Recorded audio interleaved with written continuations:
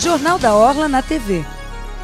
Olá, está começando mais uma edição do Jornal da Orla na TV e o convidado da semana é o cardiologista Dr. Silvio Carlos de Moraes Santos, doutor em medicina pela Universidade de São Paulo, que vai falar como cuidar bem do seu coração. O Jornal da Orla na TV já está no ar.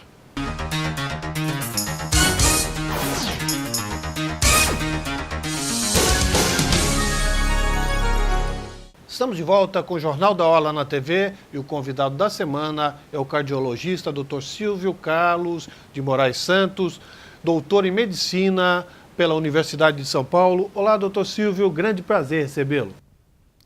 Muito obrigado pelo convite, Edson. É um prazer estar aqui no seu programa Jornal da Orla na TV. Bem, doutor Silvio, doenças cardíacas matam milhares de pessoas todos os anos, não é?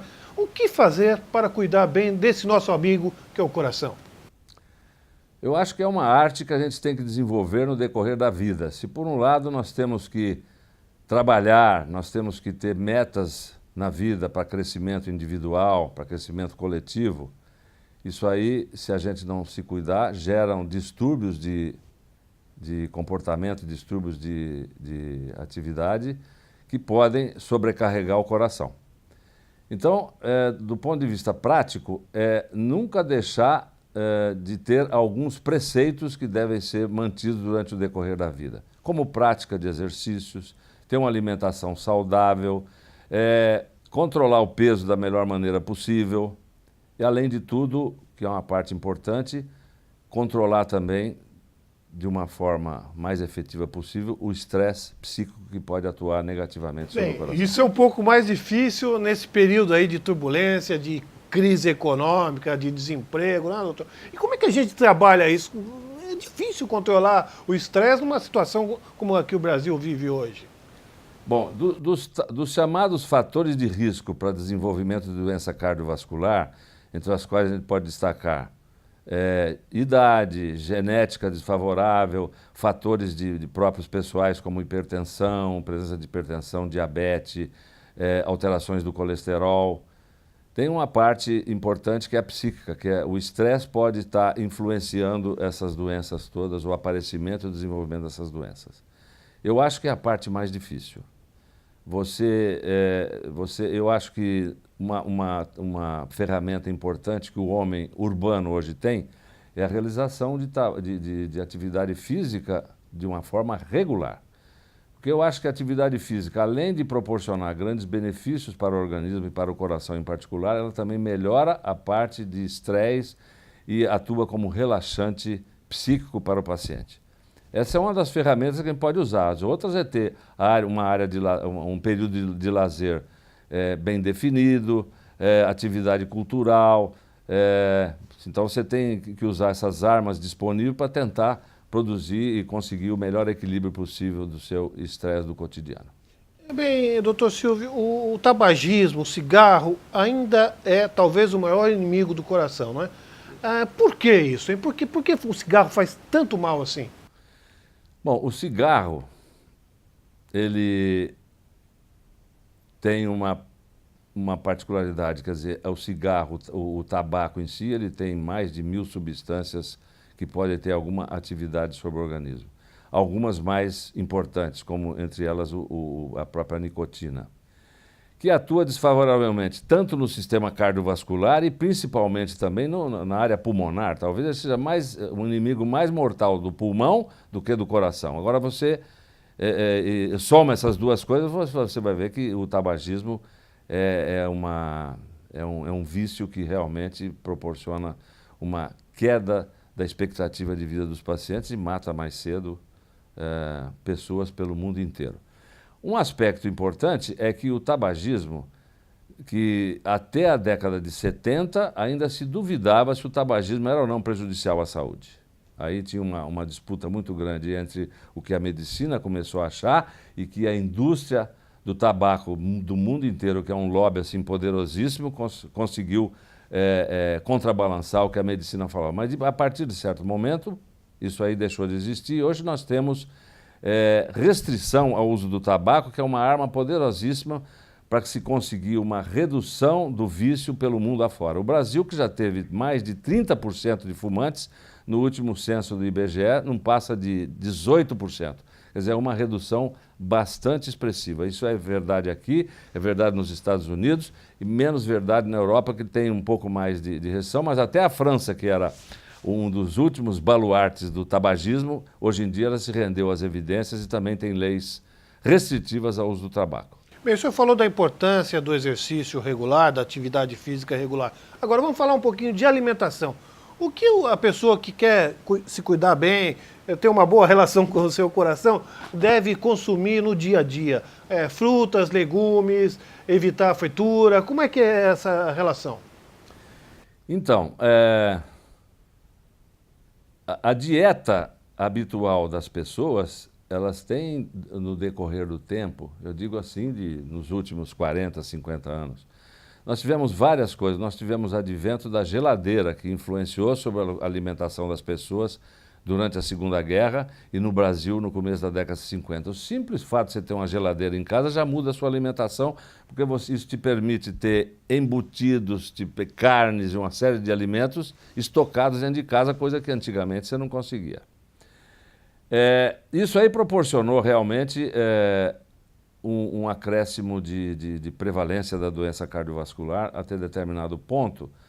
Da mesma forma que o tabagismo foi progressivamente sendo estudado e se notou os malefícios, e com isso pôde-se estabelecer programas institucionais e populacionais que modificam o hábito, também na área alimentar é a mesma coisa.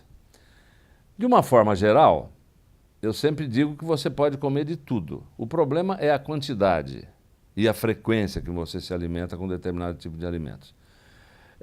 Eu acho que a gente tem que ter na vida um propósito que é o seguinte: você tem que viver o melhor possível, o mais tempo possível, mas não deve se privar de determinadas coisas que são gratificantes. A alimentação é um aspecto gratificante, especialmente em quem vai envelhecendo como nós. Você é mais jovem e ainda não chegou lá. Mas à medida que a gente envelhece, no meio urbano hoje, tudo acaba em comida, tudo acaba em pizza, e até na área política. Então, tem que prevalecer o bom senso. Fazer uma alimentação mais balanceada significa não ficar um vegetariano empedernido, mas dentro daquela alimentação normal que nos traz satisfação, inclusive, comer em menor quantidade, ter mais presença de frutas, legumes e verduras, porque isso aí está comprovadamente um benefício para o sistema cardiovascular e para o organismo como um todo. Mas nunca deve se privar completamente de determinadas coisas, porque é o que eu sempre digo, depende da quantidade, você pode comer qualquer coisa, mas você tem que comer menos do que se come hoje em dia.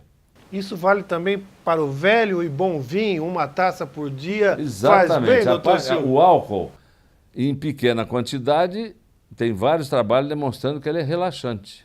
E a gente tem que manter o álcool nessa fase de ser relaxante, e não vasoconstritor, etc., com outras implicações que o consumo do álcool traz. Então, uma taça de vinho, até hoje em dia, apesar de ter um ou outro trabalho dizendo o contrário, mas são trabalhos de pequena expressão, o que a medicina entende hoje como benefício é que você tomar uma taça de vinho às refeições, hoje uma taça, é muito benéfico para o sistema cardiovascular.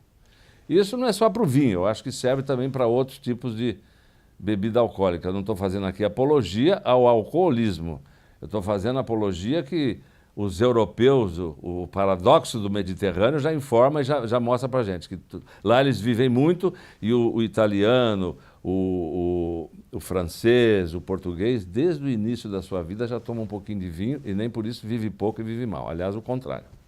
E, doutor, e a obesidade? Qual é o risco da obesidade na doença cardíaca? Então, a obesidade, que é uma endemia, se tornando uma epidemia hoje em dia, ela vem de encontro a todas essas mudanças que o homem moderno traz para si mesmo. A obesidade é um fenômeno que independe de país e independe de categoria social. Ela está presente em qualquer categoria social, inclusive no Brasil. A obesidade, ela traz como risco a chamada síndrome metabólica. Síndrome metabólica, na realidade, é algumas mudanças de caráter bioquímico do organismo, com aumento de triglicérides, às vezes, eventualmente, aumento de colesterol, aumento de ácido úrico. Pode trazer também um aumento da pressão arterial, pode trazer também alteração do metabolismo dos carboidratos com situações de pré ou diabetes franco. Então, esse conjunto de coisas, elas realmente trazem, aumentam o risco de doença cardiovascular, do desenvolvimento da aterosclerose. Só para exemplificação, a gente hoje lida já com muitos pacientes que fizeram cirurgia bariátrica. Eu tenho vários casos assim, doentes não é sobrepeso, com obesidades mórbidas, hipertensos, já precisando de 2, 3 medicamentos para controle da sua pressão, diabéticos também, já às vezes até com insulino-dependentes, com distúrbios de colesterol. Aí você faz uma cirurgia bariátrica, ele perde 30, 40 quilos, depois de 3 meses, você começa a tirar todos os remédios do paciente e ele praticamente cura dessas doenças apenas com a perda de peso. Esse é um dado concreto de que a obesidade está relacionada com o advento de doença e com perspectiva diminuída de vida. Bom, resumindo a história aqui, para o nosso telespectador entender, os principais inimigos do coração: tabagismo, hipertensão, diabetes, estresse, o que mais? Pois é, esses são os principais. A medicina, ela consegue identificar algumas coisas que ela não consegue controlar. Por exemplo, ela sabe que a idade é um fator importante para o aparecimento de doença cardiovascular, porque existe um envelhecimento das artérias em decorrência do envelhecimento global do organismo. O fator genético a gente sabe que é importante, mas até o momento nós não temos como interferir decisivamente na genética. O avanço da medicina da genética, o seu entendimento, vai proporcionar provavelmente ferramentas muito importantes para os médicos no futuro para tentar modificar a carga genética do indivíduo. Mas isso ainda é para o futuro e não muito próximo. Dos fatores conhecidos são esses que você citou, que são principalmente os fatores removíveis, que são hipertensão, tabagismo, o aumento do colesterol do sangue, os outros fatores importantes, a obesidade, o sedentarismo, o estresse psíquico, alguns fatores que a medicina tenta estudar, mas ainda não são colocados como fatores decisivos, como outros tipos de componentes do sangue. Isso aí não são coisas ainda que estão sendo estudadas, mas não tem um papel relevante ainda como fator de risco de doença coronária. Em síntese é isso. Mudanças de hábito de vida. Para a gente viver bem e melhor, a gente tem que realmente mudar de hábitos que a gente vai adquirindo no decorrer da vida e vai piorando a nossa situação clínica. Bem, nós ficamos por aqui, mas o Jornal da Orla na TV continua na internet. A seguir, em foco, o Jornal da Orla com Flávio Rigg. Uma excelente semana a todos.